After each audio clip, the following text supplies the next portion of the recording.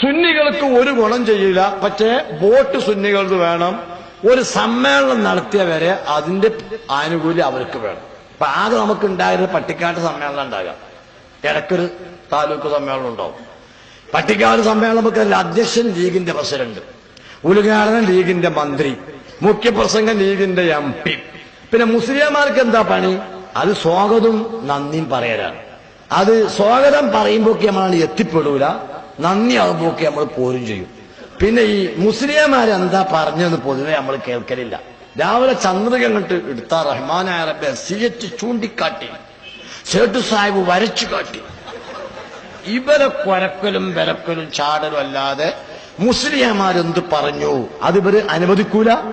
എന്നാൽ AP അബൂബക്കർ മുസ്ലിയാർ വന്ന ശേഷം 78 SYSന്റെ ഒരു സമ്മേളനം വരിക കോഴിക്കോട്. അപ്പൊ മൂപ്പര് പറഞ്ഞു, അധ്യക്ഷനാരാ? അധ്യക്ഷൻ കണ്ണിയത്ത്. ഉദ്ഘാടനാരാ? ഉദ്ഘാടനം EK അബൂബക്കർ മുസ്ലിയാർ. അത് ശരി.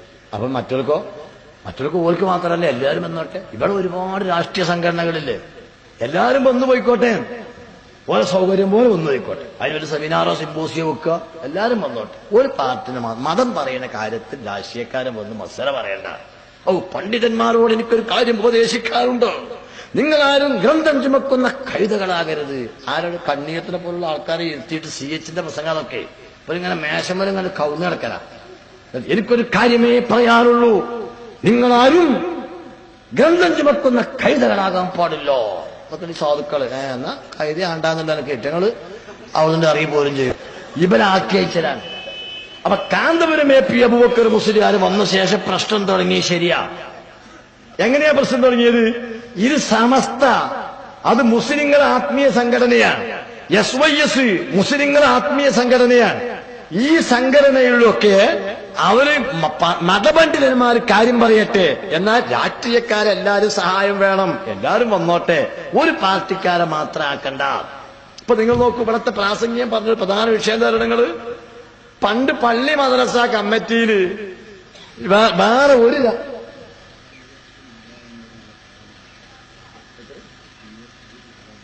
TSGയോ 4500 കാറ് ആയതാണ്, അതൊന്ന് മാറ്റി കൊടുക്കണം റോട്ടിന്ന്. അവിടെ റോഡ് ബ്ലോക്കായിട്ടാണ്. എല്ലാ രാഷ്ട്രീയ കക്ഷിക്കാരും പിന്തുണ വേണം, ഒരു രാഷ്ട്രീയ കക്ഷി മാത്രമായിക്കൂടാ. അപ്പൊ ഇവിടെ പ്രാസംഗികം പറഞ്ഞ കാര്യം തരണങ്ങള് നല്ല കാര്യമാണ് അയാളെ പറഞ്ഞത്. ഞമ്മക്കത് ഇഷ്ടപ്പെട്ടില്ല എന്നേ ഉള്ളൂ. അയാൾ പറഞ്ഞ കാര്യമൊക്കെ വളരെ സത്യമാണ്. അയാൾ പറഞ്ഞ തരണങ്ങള് ഇപ്പൊ പള്ളിന്റെ സെക്രട്ടറി, മദ്രസ സെക്രട്ടറി ഒക്കെ ലീഗ് അല്ലാത്ത ആൾക്കാർ വരികയാണ്. അത് എങ്ങനെ അനുവദിച്ചു കൊടുക്കാൻ പറ്റും? അപ്പൊ ഇവരെന്താ മനസ്സിലാക്കണില്ല നിങ്ങള്? ഈ ലീഗ് അവര് ലീഗ് പറഞ്ഞ തഹജ്ജുദ് നിസ്കരിക്കണ ഖുർആന്റെ നടുക്കഷ്ണല്ലേ ഞങ്ങള് ലീഗേ, അതല്ലാതെ ഒന്നും ആകാൻ പാടില്ല. അപ്പൊ നിങ്ങൾ നോക്കി, CPMന്റെ ജില്ലാ സെക്രട്ടറി സൈദാലുട്ടിയാക്ക ഉംറക്ക് പോയി റമദാന്റെ തലേ മാസം. ഞാൻ അവിടെ ഉണ്ടായിരുന്നു, ഹറമിലുണ്ടായിരുന്നു. ഇയാൾക്ക് നടക്കാനൊന്നും കഴിയാത്തോണ്ട് ആ ഉന്തു വണ്ടിയിലുണ്ട്. ഇയാളെങ്ങനെ ഇയാളെ മകനോ എങ്ങനെ തവാഫ് ചെയ്യിപ്പിക്കുന്നുണ്ട്, സൈൻ ചെയ്യിപ്പിക്കുന്നുണ്ട്. ഇതൊക്കെ വളരെ കണ്ടു. എനിക്ക് ഭയങ്കര സന്തോഷമായി. എന്തായാലും നിങ്ങൾ കാര്യം എന്തായാലും ഒരു ചെറിയ ചാരര് നമ്മൾ തമ്മിൽ ഉണ്ടായതുകൊണ്ട് ഇത്രയെങ്കിലും ഒരു മാറ്റം വന്നല്ലോ എന്നുള്ളത്, അതൊരു ചെറിയ മാറ്റാണ്. ഇപ്പൊ MA ബേബി ഇന്നലെ ആജിയമാരെ അങ്ങനെ കാണാൻ വേണ്ടി വന്നിട്ട് ആള് പറയാണ്, എനിക്ക് കുട്ടിക്കാലം മുതൽ ഹജ്ജ് ചെയ്യാൻ ആഗ്രഹമുണ്ട്. ഒരാഗ്രഹം ഉണ്ടായല്ലോ, അല്ല ഇങ്ങനെ ഒരാഗ്രഹം ഉണ്ടായില്ലേ, ഇനി ആഗ്രഹം ഉണ്ടായാൽ മാത്രം പോരാ ബേബി, അതിൽ കുറച്ച് കാര്യമുണ്ട്. അതും കൂടി ചെയ്യുന്നതിന് ഇന്ത്യയിൽ എതിരൊന്നുമില്ല. അങ്ങനെ നിങ്ങൾ ചെയ്യുകയാണെങ്കിൽ നമ്മളെ മാധവിക്കുട്ടി അമ്മയൊക്കെ ചെയ്തില്ലേ അല്ലേ, നമ്മളെ അങ്ങനെ ചെയ്യാവുന്നതാണ്. അതിനൊക്കെ ആർക്കും പോകാം, അതൊന്നും വിഷയമല്ല. ഒരാഗ്രഹം ഉണ്ടായല്ലോ, നമുക്ക് അതൊക്കെ വലിയ സന്തോഷം ഉണ്ട് എന്നാ പറയണേ. അപ്പൊ സൈദാലുട്ടിയാക്ക ഈ ഉംറ ചെയ്യുന്ന കണ്ടപ്പോ അതിനെ കഴിഞ്ഞ് അങ്ങോട്ടോ പോണോ ചോദിച്ചു, ജിദ്ദീക്കാണ്. ഞാൻ പറഞ്ഞു, ജിദ്ദയിൽ നമ്മളെ ഓഫീസുണ്ട്, അവിടെ നമുക്ക് പോകാൻ തുടങ്ങും. അങ്ങനെ ജിദ്ദയിലെ SYS ഓഫീസിലേക്ക് നമ്മൾ അദ്ദേഹത്തെ വിളിച്ചു. അങ്ങനെ അദ്ദേഹം അവിടെ വന്നപ്പോൾ ഞങ്ങളൊരു സ്വീകരണം ഒന്നല്ല, അവിടെ കുറെ ആളുകളുണ്ടായിരുന്നു. അപ്പൊ ഞങ്ങളുമായുള്ള സംസാരത്തിൽ മൂപ്പര് പറഞ്ഞു, ഞാന് എന്റെ ഈ കാലം വരെയുള്ള പ്രവർത്തനത്തിൽ ഹജ്ജിന് പോണ ആൾക്കാരെ ആ എയർപോർട്ടിൽ പോയിട്ട് കാണാൻ ഒരു അവസരം എനിക്ക് ഉണ്ടായിട്ടില്ല.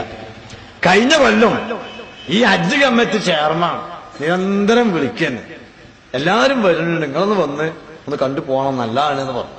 അപ്പൊ നിർബന്ധിച്ചോ ഞാൻ ചെന്നപ്പോ ഒരു 2 വാക്ക് ആശംസിക്കണം എന്ന് പറഞ്ഞു. അങ്ങനെ ഞാൻ മടിച്ചെങ്കിലും എന്നെ അവരൊക്കെ നിർബന്ധിച്ച് ഞാൻ ചെന്നപ്പോ ഈ ഇഹ്റാമിന്റെ വസ്ത്രം ധരിച്ചുകൊണ്ട് ഇങ്ങനെ ആ ഇരിക്കണ ആൾക്കാരെ കണ്ടപ്പോ അത് നമ്മൾ കണ്ടാട്ടോ ഇപ്പൊ കണ്ണെന്ന് വെള്ളം ഇങ്ങനെ ഒഴുകി ഇപ്പോഴത്തെ ഏതൊരു മനുഷ്യനുണ്ടാവൂലേ ഇക്കാര്യം വരെ ചെയ്യാത്തൊരു കാര്യം കാണുമ്പോൾ ആഗ്രഹം. അപ്പൊ ഞാൻ പറഞ്ഞു നിങ്ങൾ ദ്വാരക്കണം എന്ന് പറഞ്ഞു. ഹാജിമാര് ദ്വാരുന്നു. ആ ദ്വാന്റെ ഫലാണ് ഞാൻ ഇവിടെ ഹറമിലെത്തിയത് എന്ന് വിശ്വസിക്കുന്നു എന്ന് അദ്ദേഹം പറഞ്ഞു. അന്ന് അവിടെ മുജാഹിദായിരുന്ന കെ.സി. അബൂബക്കർ മൗലവിന്റെ സ്മാരകം ഉണ്ടാക്കുന്ന പിരിവിന് വേണ്ടി വന്നിട്ടുണ്ട് ലീഗിലെ പ്രാസംഗികൻ പി.വി. മുഹമ്മദ് അരീക്കോട്. അയാൾ ജിദ്ദയിലുണ്ട്. അയാൾ ഈ വിഷയം അറിഞ്ഞപ്പോ ചെയ്താലുട്ടിയാക്ക ഉംറ ചെയ്തെന്ന് കേട്ടപ്പോ ഇയാളെ പ്രസ്താവന, പി.വി. മുഹമ്മദിന്റെ എല്ലാ പത്രത്തിലും ഇയാളെ പ്രസ്താവന, പിണറായി മറുപടി പറയണം. ചെയ്താലുട്ടിയാക്ക ഉംറ ചെയ്തേന് പിണറായി മറുപടി പറയണം. അപ്പൊ എന്താണ് ഈ ബുദ്ധിയില്ലാത്ത കമ്പനി മനസ്സിലാക്കണേ ഞങ്ങള്? ഇവര് മുസ്ലിം ലീഗ് എന്ന് പറഞ്ഞ പള്ളി, മദ്രസ, ഹറമ് ഒക്കെ ഇവർക്ക് മാത്രമാണ്. അതുകൊണ്ടാണ് ഇപ്രാവശ്യം ഹജ്ജ് ഹൗസ് ഉദ്ഘാടനത്തിന് രസമുണ്ടായി. നമ്മളെ പാലുപൊലി മോമോട്ടിക്ക് വയസ്സ് കുറെ ആയില്ലേ.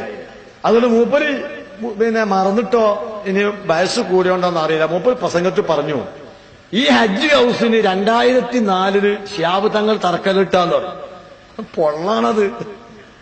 ഈ ഹജ്ജ് ഹൗസിന് അല്ല ശിഹാബ് തങ്ങൾ തറക്കല്ലിട്ടത്. മൂപ്പര് അവിടുന്ന് 5 കിലോമീറ്റർ അപ്പുറം മൂപ്പര സംഘടന പാർട്ടിക്കാർ നടത്തുന്ന ഒരു സ്കൂളിലെ മുറ്റത്താ തറക്കല്ലിട്ട്. എന്താ ഹജ്ജിനൊരു 15 ദിവസം ഇത് ആവശ്യമുള്ളത് കഴിഞ്ഞാൽ നമുക്ക് സ്കൂൾ നടത്താനോ എന്നുള്ള നിലയ്ക്ക് ഒരു സ്കൂൾ മുറ്റത്താ EMA കോളേജ് അറിയുന്നേ തറട്ടാറ് കഴിഞ്ഞിട്ടില്ല, വളവിന്ന് കുറെ പോയിട്ടില്ല. അവിടെയാണ് ഇവർ നടക്കുന്നത് 2004. അവിടെ അല്ല ഹജ്ജ് ഹൗസ്. ഹജ്ജ് ഹൗസ് റൺവന്റെ അടുത്താ, എയർപോർട്ടില് വിമാനം പാർക്ക് ചെയ്യുന്നതിന്റെ തൊട്ട് ചേർന്ന ഹജ്ജ് ഹൗസ്. അപ്പൊ ഇത് പാലോടി മോമോട്ടി പറഞ്ഞപ്പോ പിന്നീട് ആശംസാ പ്രസംഗത്തിന് വന്ന മുൻ മന്ത്രി ആര്യാളും പറഞ്ഞു, സുബ്ഹാനല്ലാഹ്, ഞാനൊരു മഹാ അത്ഭുതം കേൾക്കുമ്പോൾ എനിക്ക് തോന്നിയത് 2004 ഈ സംഗതിക്ക് തറക്കല്ലിട്ടപ്പോ ഞാൻ ഒന്നുകിൽ മന്ത്രിയായിരിക്കും അല്ലെങ്കിൽ MLA ആയിരിക്കും. ഞാൻ ഈ വിഷയമൊന്നും അറിഞ്ഞില്ലല്ലോ പഠിച്ചോനെ. ആര്യാണ്ട് എങ്ങനെ അറിയാം? ആര്യാളെ മുസ്ലിം അല്ലല്ലോ. മുസ്ലിം ആരാ? ലീഗ് മാത്രം ഇസ്ലാം, അവര് മാത്രം മുസ്ലിം, അവർക്ക് മാത്രം ഹറമ്, അവർക്ക് മാത്രം പള്ളി. ഇപ്പൊ പള്ളി കമ്മിറ്റി തെരഞ്ഞെടുപ്പ് ഉണ്ടാകുമ്പോ, മദ്രസ കമ്മിറ്റി തെരഞ്ഞെടുപ്പുമ്പോ ചില രാഷ്ട്രീയ കക്ഷിക്കാരൊക്കെ അല്ല അവനെ മെമ്പറായിക്കോളാം, ഞാനും വേണമെങ്കിൽ മെമ്പറായിക്കോളാം എന്ന് പറയുമ്പോ നേരത്തെ ഈ ഗവൺമെന്റ് വരുന്ന ഇടതുപക്ഷമാണ് നേരത്തെ ഭരിക്കുമ്പോ വിദ്യാഭ്യാസം അത് ക്രിസ്ത്യാനിയക്ക്, UDF ഭരിക്കുമ്പോ വിദ്യാഭ്യാസം അത് ലീഗിന്.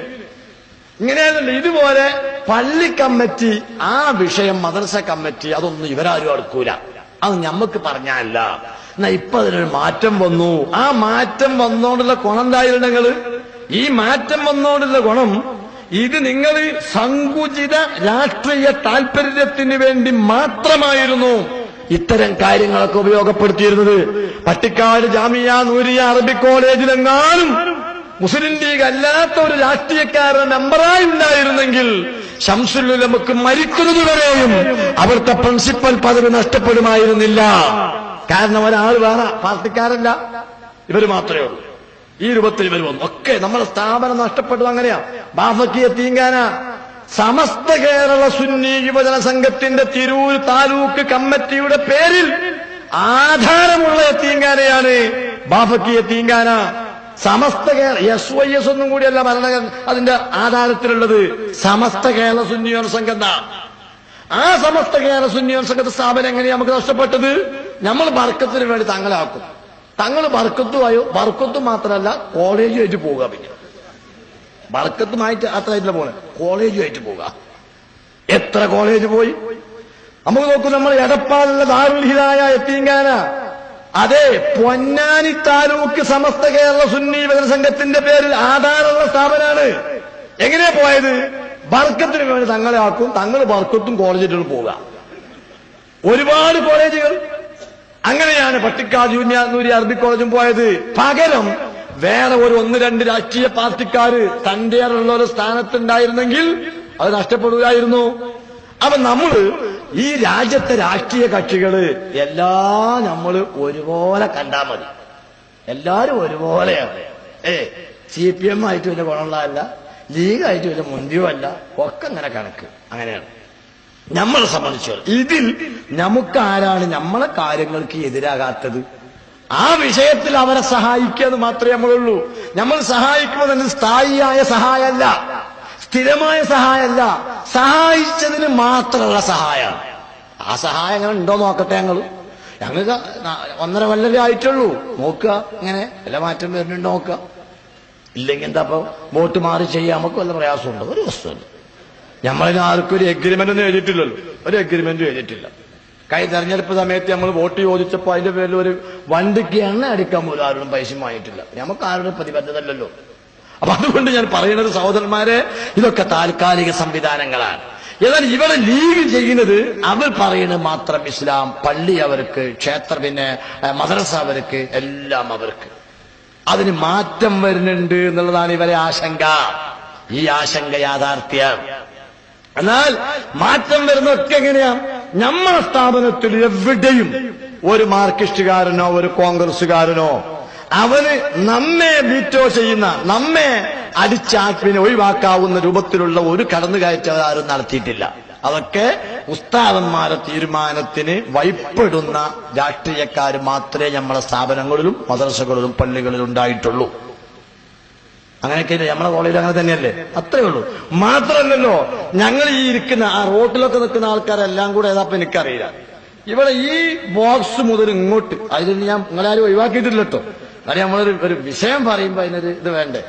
ഈ ബോക്സ് മുതൽ ഇങ്ങോട്ട് ഇരിക്കണ, ഈ സൈഡിൽ ഇങ്ങനെ അങ്ങോട്ട് ഇരിക്കണം, ഇവരൊന്നും ഒരു രാഷ്ട്രീയ കക്ഷിയിലും മെമ്പർഷിപ്പ് ഇല്ലാത്തവരാണ് എന്നാ എന്റെ വിശ്വാസം.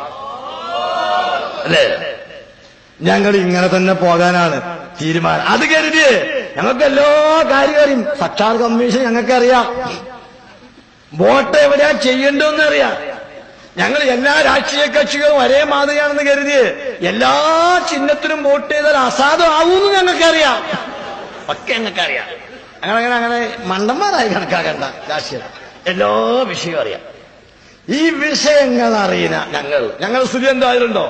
വോട്ട് ചോദിച്ച് കോൺഗ്രസ്സുകാർ യാഥാർത്ഥ്യത്തിന് ഞങ്ങൾ അപ്പോഴും പള്ളിയിലോ മദ്രസയിലോ എവിടെയെങ്കിലും.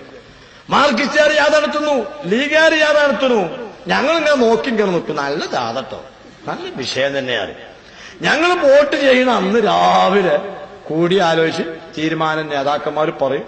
ആ മണ്ഡലത്തിൽ ഇന്നാക്കി ചെയ്താൽ മതി, ഈ മണ്ഡലത്തിൽ ഇന്നാക്കാണ്, ഈ മണ്ഡലത്തിൽ ഇന്ന ആള്, പക്ഷെ ആ പാർട്ടിക്കാരനല്ല മറ്റേ മണ്ഡലത്തിൽ ഇന്നൊക്കെ വോട്ട് ചെയ്തോളി. ഇതിന്റെ തീരുമാനമൊക്കെ ചിലപ്പോൾ നമ്മൾ മൊത്തം കേരളത്തിൽ ഒറ്റ കക്ഷിക്കാണെന്നും പറയും. അതൊക്കെ അന്ന് പറയും. അടുത്ത തെരഞ്ഞെടുപ്പ് ആർക്കാ വോട്ടും തരെ